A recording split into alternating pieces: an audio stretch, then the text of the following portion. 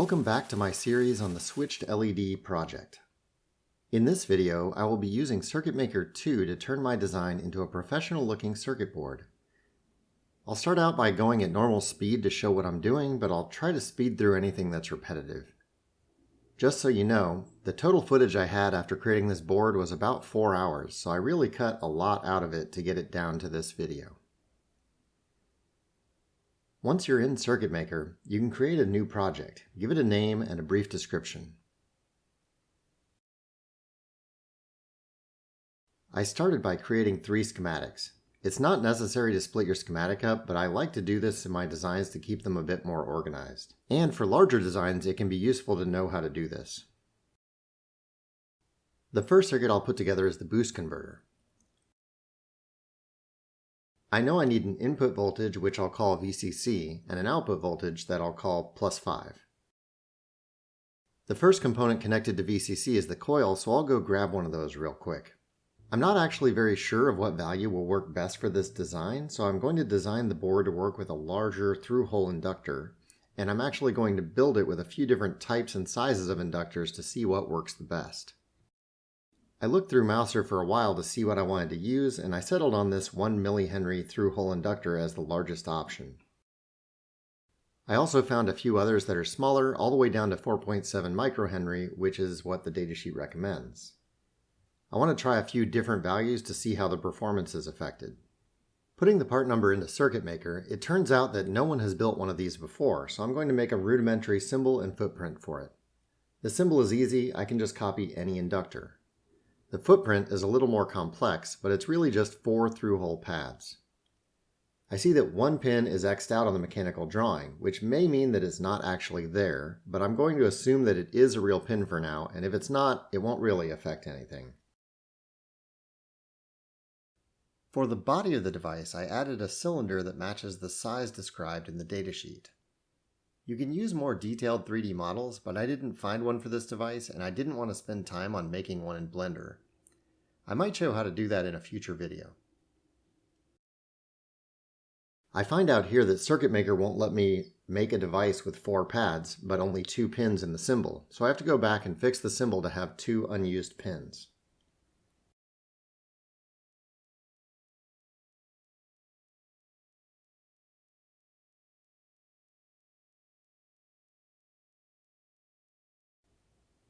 The next component I get is the LM2623, which already has a symbol and footprint in the system. I'm basically using the exact application circuit from the datasheet, so I'm just going to use that as a reference for building my circuit. Next up, I went on Mouser and found an input capacitor, specifically service mount. I ended up settling on this 10 microfarad capacitor, which already has a footprint available. I copied this 3 times so I could have up to 3 input capacitors in parallel, then I hid the specific component names to make it look a little cleaner. The next component I selected was the output capacitor, which was a 100 microfarad service mount in a slightly larger package. Again, the symbol was easy, just copied from any capacitor. In this case, I figured the package was common enough that I could get the footprint from another device.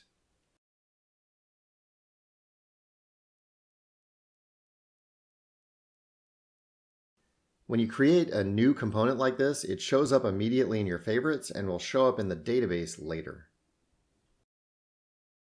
I went ahead and wired up the output capacitor to the output supply and to ground. One thing to remember about these power ports is that they are universal in a design. You don't need to connect VCC or ground between sub-schematics in order for them to be connected together. Looking back at the application schematic, I see that there are a few components left: the diode, resistors, and one more capacitor. I picked out a diode already back in my boost converter design video, so I'm going to find that on Mouser and make sure I can order it, then make a footprint. Fortunately, someone else has already made this for me, so I just had to verify the symbol and footprint. All of my resistors are going to be in the same 0805 package, so I'm just going to use one resistor for all of the footprints. If you're going to have a manufacturer build your board for you, then you can't really do this, but for most hobbyists, this is the easiest way to build a board. I renamed the resistors to make them easy to identify and added some text so I'd remember the values of each. I like to use descriptive designators to make assembling a board easy. It'll probably be a month or two between when I make this video and when I actually build the board. The enable input is going to come from a different schematic, so I added a port for that. The last thing is to add my place to put the compensation capacitor. Since the datasheet specified that this has to be figured out by experimentation, I decided to include a series and parallel place for through-hole capacitors. I have a bin full of values so I can try out different ones to see what works the best this way. I'll just clean up the schematic a little bit. And this is my final circuit for the boost converter schematic. I went ahead and added a block for this page to the primary schematic, which creates the hierarchy on the left side.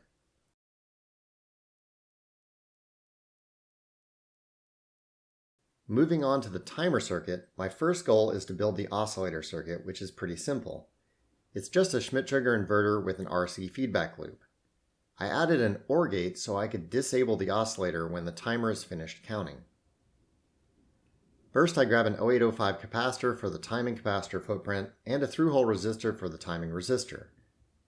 This is because I have many values of through-hole resistor on hand, so I can make adjustments to this as needed. It turns out that this resistor had a strange footprint. It includes a slot cut in the board, which I didn't realize. Fortunately, JLC-PCB caught the error and asked me about it before producing the boards. I could have fixed the issue if they didn't catch it, but it's certainly better that they did. Thank you to the tech at JLC-PCB that caught that for me. I went ahead and grabbed my D-type flip-flop next, which is the AUP1G74. This is a very low-power single DFF with preset, clear, and both normal and inverted output, which is perfect for building my counter. It would have been easier to put a counter on instead, but I didn't find one that supported down to 1 volt operation, so I had to build my own. I grabbed a symbol from an existing version of the device, which was a mistake. The pinout was wrong for the footprint. I even went in and fixed the symbol, and I didn't check the pin numbers. Fortunately, I caught this when I was doing my layout, but it easily could have resulted in a board revision, so watch out for matching your symbols and your footprints. Next up, I grabbed my dual Schmidt-Trigger inverter, the AUP2G14. This one already had a symbol and footprint. I also got the OR gate, which was not pre-built. I went and found a symbol and footprint from an existing device. Fortunately, these 2-input single gates are very standardized, so I could just pick something similar to get the parts I needed.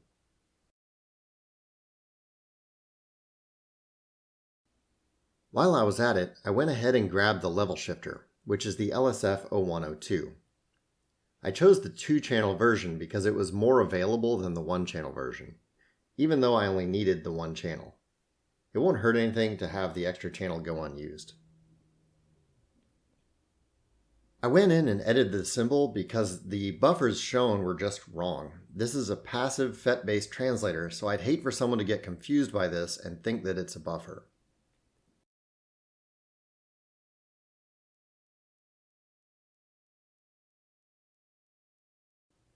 Once I had all my components ready, I added them to the schematic and started getting them organized.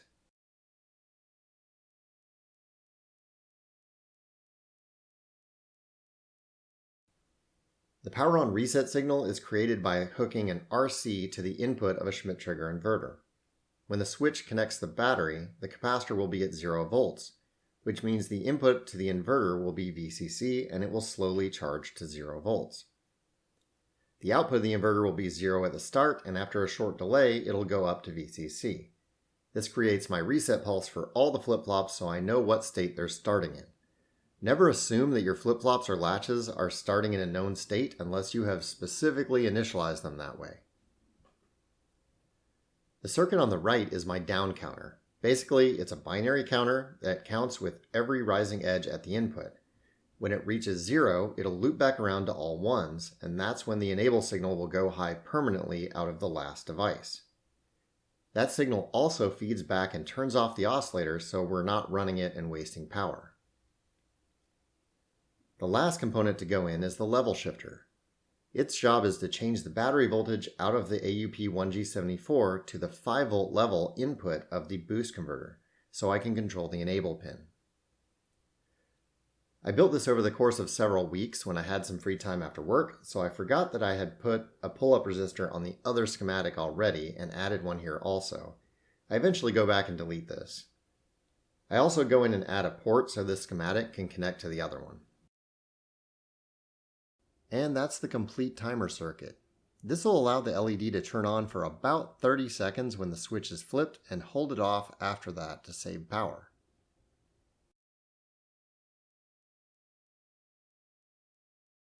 I went and found a AAA battery holder to put on the board. This was the first component that wasn't even in the database, so I chose the Create Custom Part option. Doing this is very similar to any other part creation, but you can define the part name and description. Pretty much all I did for the footprint was make sure the holes were spaced and sized correctly and added an overlay that showed the orientation and size of the holder.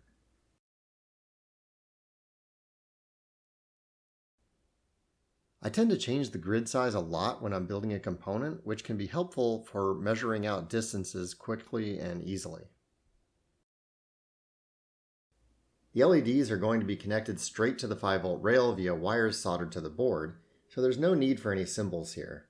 The resistors for each LED will be in series with that LED and also off-board. I entirely forgot about the switch on my first iteration of the PCB. I'll go ahead and show the fix to the schematic here for the sake of not coming back to the schematic again. Here's the circuit for the switch. You can see how it's being used to both connect power and to discharge the supply line when the power is disconnected. The ground line here is not required. I'll be wiring the switch straight to the ground plane via a wire, just like the LEDs, so I just need a via in the PCB design. I decided to make the discharge resistor a surface mount on the board, so it's shown here connected to VCC from the net for the normally open switch connection.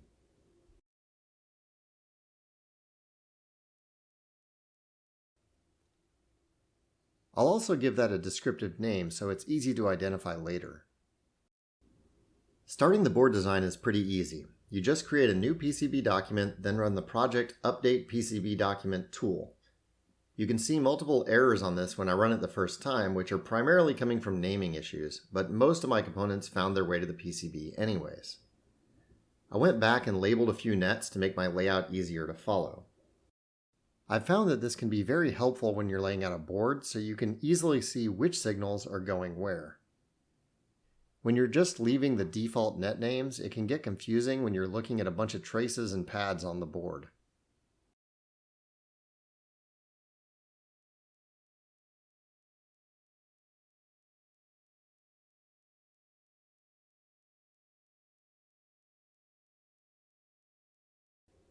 Running the PCB update tool again, I see that there are two major issues, which are that my subcircuits were never given unique designators.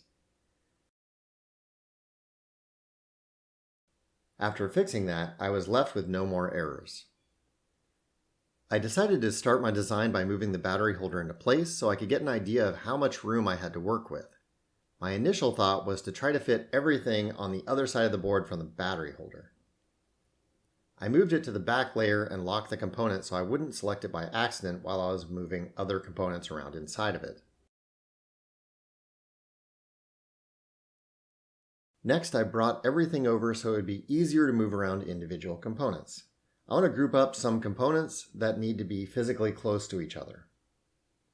I like to position large components early, so the inductor was the first thing I wanted to place. I knew it would be best for it to be close to the positive supply connection. The controller was next, placing it temporarily close to the inductor. Here you can see that I have an error with the red X's. This is coming from the rules that are set and no actual problem, so I go into the rules and update them to get rid of the error. The clearances were set to be 10 mil in all cases, so I reduced this to 5 mil. Technically, you should go with what your board house suggests here, but I just wanted to get rid of the error since I knew there was no real issue here. I started bringing over individual components and trying to piece together how I wanted the layout to look. These are the input capacitors, and since they're all in parallel, it'll be best if they're right next to each other. I also adjusted the size and thickness of the designators. This is easier done as a group, and I'll show that shortly. To make the layout a little easier, I decided to wire the unconnected third pin of the inductor to the supply also. This could also be helpful if I'm going to use a different inductor instead, which is very likely. I moved the input capacitors up close to the positive supply pin, which is where I prefer to have them. This moved the inductor down and made it easy to wire them all up in a line. I also added the frequency selection resistors since it also has to connect to the positive supply. You'll notice that I'm just dropping vias for the supply pins. This is a habit from having 4-layer boards where I would have a VCC and a ground layer. In this case, I'm going to be putting a ground plane on the back of the board, but it'll probably be interrupted in some places to connect the supply and route some signals. I don't expect that this will cause any problems though. We'll see whenever I get the board. I tried wiring up my configurable capacitance section, but I didn't really like this since it blocked off a lot of other things and I decided to change it later. It's a good idea to go back and check your schematic to see which components go together. I cut out a lot of me looking back and forth here.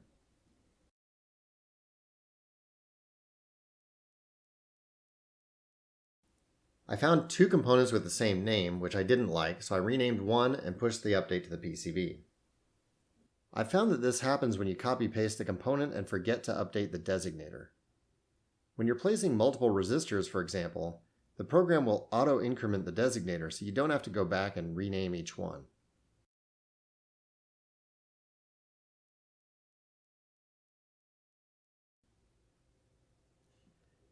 I started cleaning up and organizing the logic section here.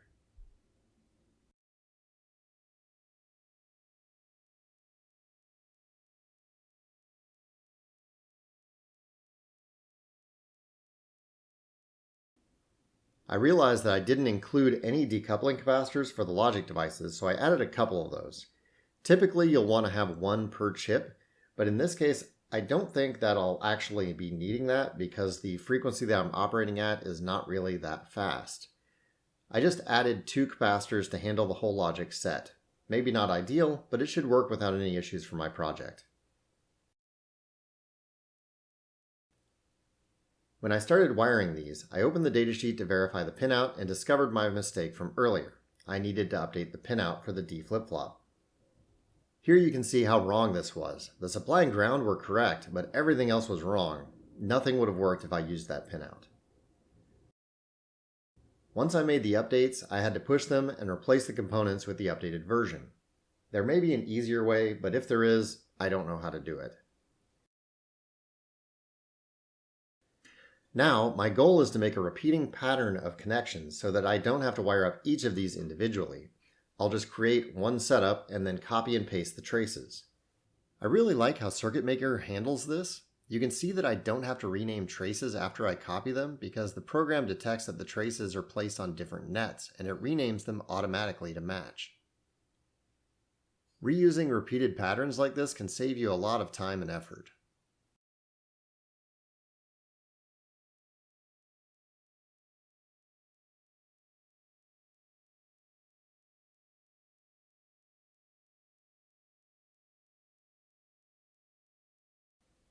I was hoping that I could squeeze a trace between these pads to get them to connect, but the clearance was just too small and I had to go with a different solution.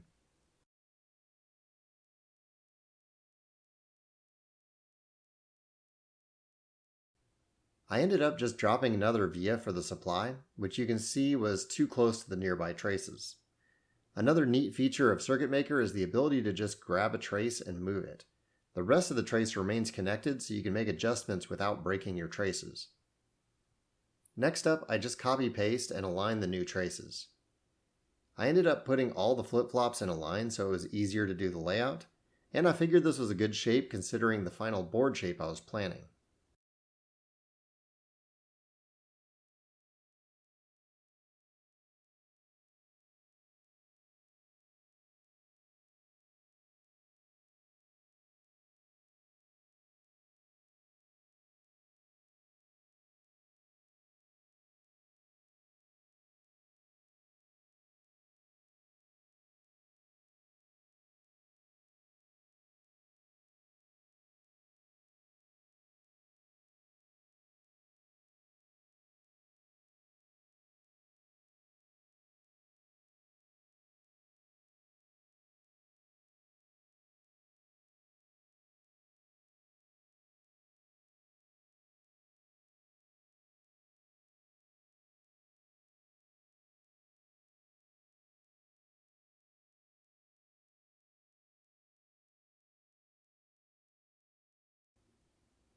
I placed the bypass capacitors at either end of the logic section. The purpose of these capacitors is to provide a low impedance charge supply for the nearby logic devices, so you want them to be close to the devices they're supplying.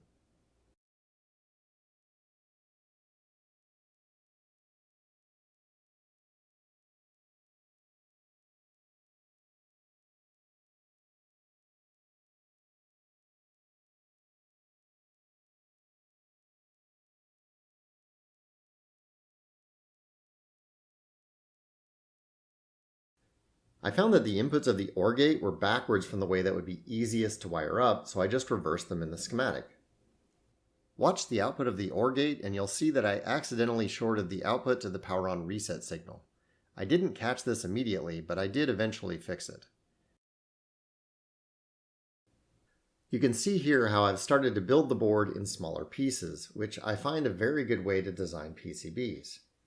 Sometimes with really small boards, you can wire up everything all at once, but when you work on anything that's complex, it's best to work in small groups and then move those groups into position in the end. The designators for most of these components are still huge, so I decided to reduce them all at once by using the inspector panel. This is a very useful technique. Just be sure to only select the designators and you should have the appropriate options in the inspector panel to make all the changes at once. This resistor is so big that I thought I might put it across some smaller components. This was problematic because of the rules that prevent collisions, and I had to set the value to -1 to prevent the error.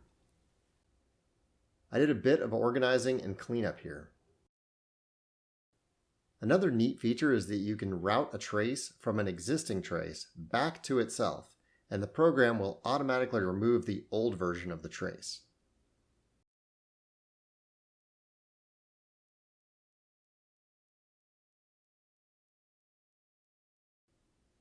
You'll notice that I'm using really fat traces for the bypass capacitor connections, but very small traces for the signals and supplies going to these logic devices. This isn't really necessary, but I prefer to reduce impedance as much as possible for power supply lines where I can.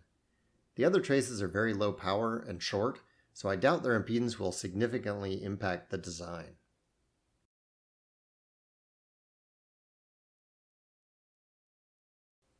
Once I had this all wired up, all I had to do was drag the whole timer section to where I want it. I give this one last look over to make sure I didn't miss anything before I move on.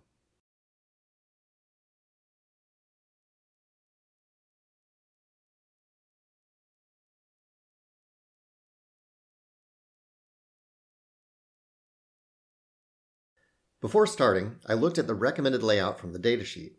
It's primarily helpful in showing me what needs a really low impedance path, which in this case is the ground, switch, boot, and VDD connections. They also put the inductor and diode very close together, which makes sense to reduce any stray parasitics.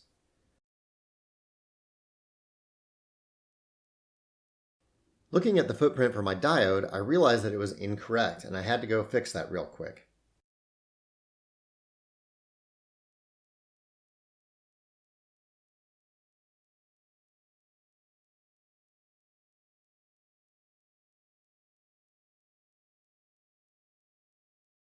There were a lot of options for different symbols and layouts, so I just chose one that I liked.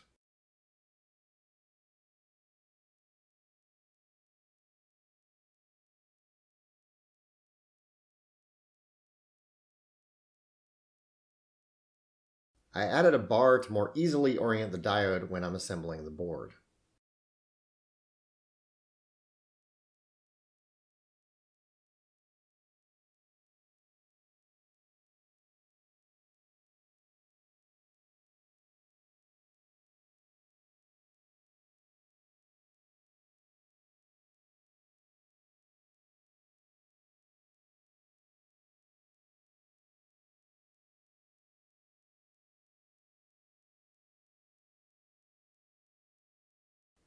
I started by orienting everything and using the traces to connect all the components, but I later came back and added pores to provide lower impedance connections for all the important parts. The boost converter section is a little trickier, as it does have some parts that are sensitive to the layout. There's no need to have a pore for the feedback resistors. These only take a small amount of voltage from the output, step it down, and bring it in as a sample to the converter. The diode and the inductor, on the other hand, will have all the power of the converter going through them, so I want to have a nice large copper pore over these. I'm also going to add a pore for the +5 output so that we have a nice low impedance connection to the output capacitor and to our LEDs. When I was making this layout, I wasn't 100% sure that it would work perfectly the way I was doing it, but I did my best to keep low impedance paths for the input and output power between the key components, which should prevent issues. Once I get the boards and put one together, I'll see how good of a job I did and how well this works. The added capacitors worry me a little bit because this isn't something I'm familiar with. I'm sure that these are for stability and improvement of the converter, but I'm not 100% certain as to the best layout practices for them. I chose to just connect them up and keep them fairly close to the converter to avoid too much inductance being added into the connections. I realized that my ground connections weren't going to work out perfectly, so I reoriented the output capacitor to put the ground by the converter. This allowed me to put a large ground pore so that it connected all the relevant parts, and I stitched that to the ground plane in multiple places to give it the best connection and thermal dissipation. I couldn't get to the enable pin directly, so I chose to use the back layer of the board and 2 vias. I figured that this signal isn't very critical as far as the signal integrity goes, so this shouldn't cause me any problems.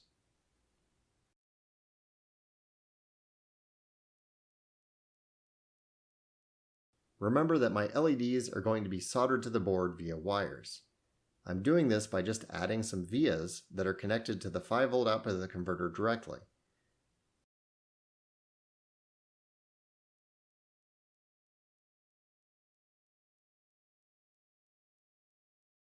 I also added a few vias to ground for the negative terminals.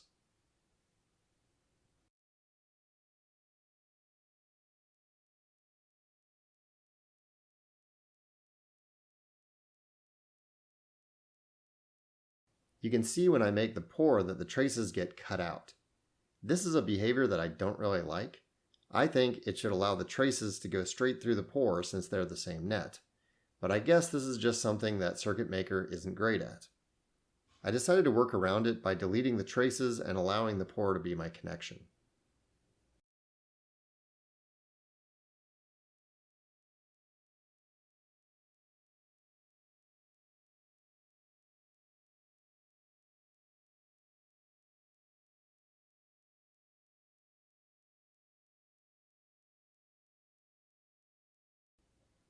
I do include thermal reliefs because I have found in the past that soldering without thermal reliefs can be a real bear. I tinkered around with the thermal relief values a bit and ended up going back to the defaults.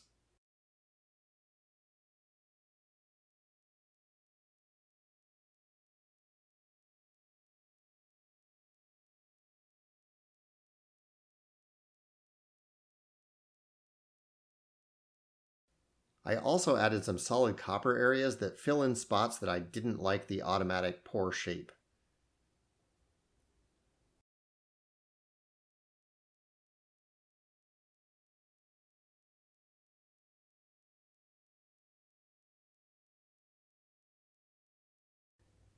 My last steps are to get the modules positioned the way I want them and set the board size appropriately. Then finally add in the ground and VCC connections.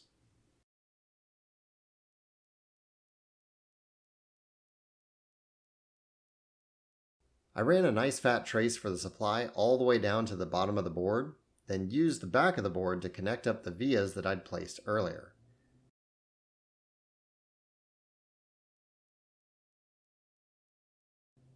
You can see how I avoided cutting out any entire areas of the ground plane by using fingers coming in from just one side to connect the supply pins.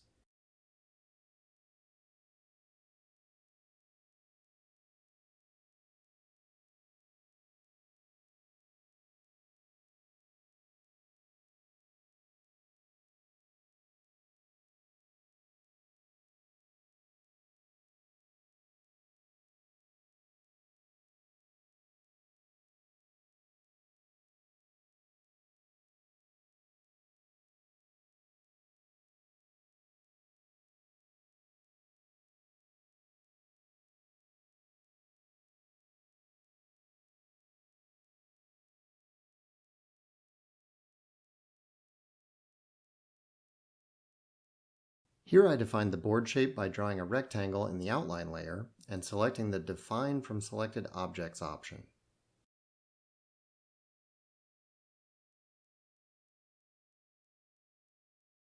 Once I had the connections completed, I added in the ground plane to the back of the board and did a few last-minute tweaks to the board.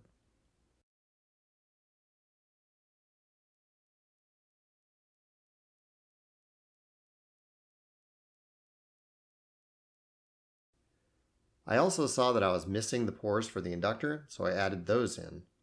I also tweaked the other pores a little bit to get the shapes I wanted.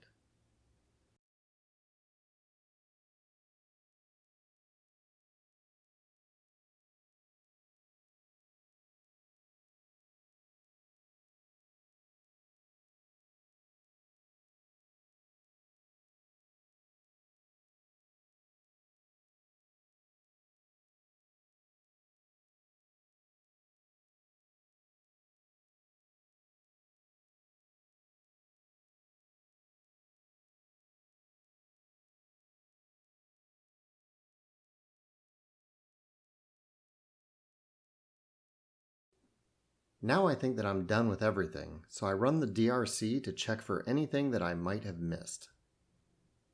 This is where I caught the accidental short to the power on reset signal, and I had to make some changes to the layout.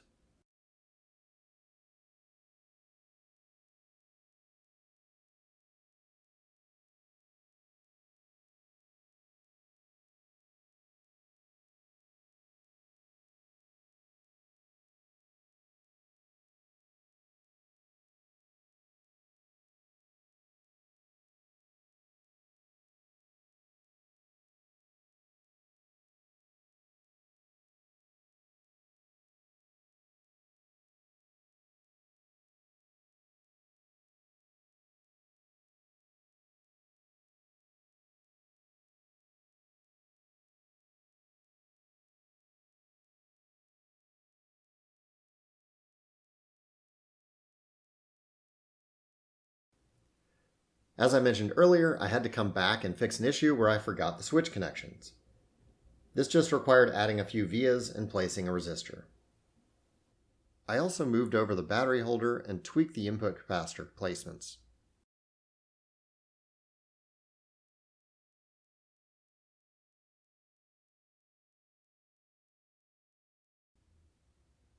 The switch needs 3 connections to the board, one for the common pin and one for each of the normally closed and normally open pins.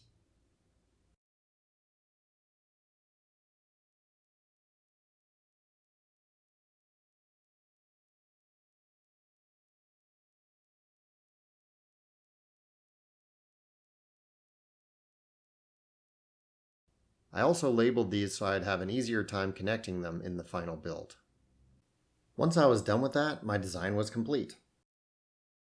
I generated the Gerbers and drill file using the instructions from JLC-PCB and ordered the design.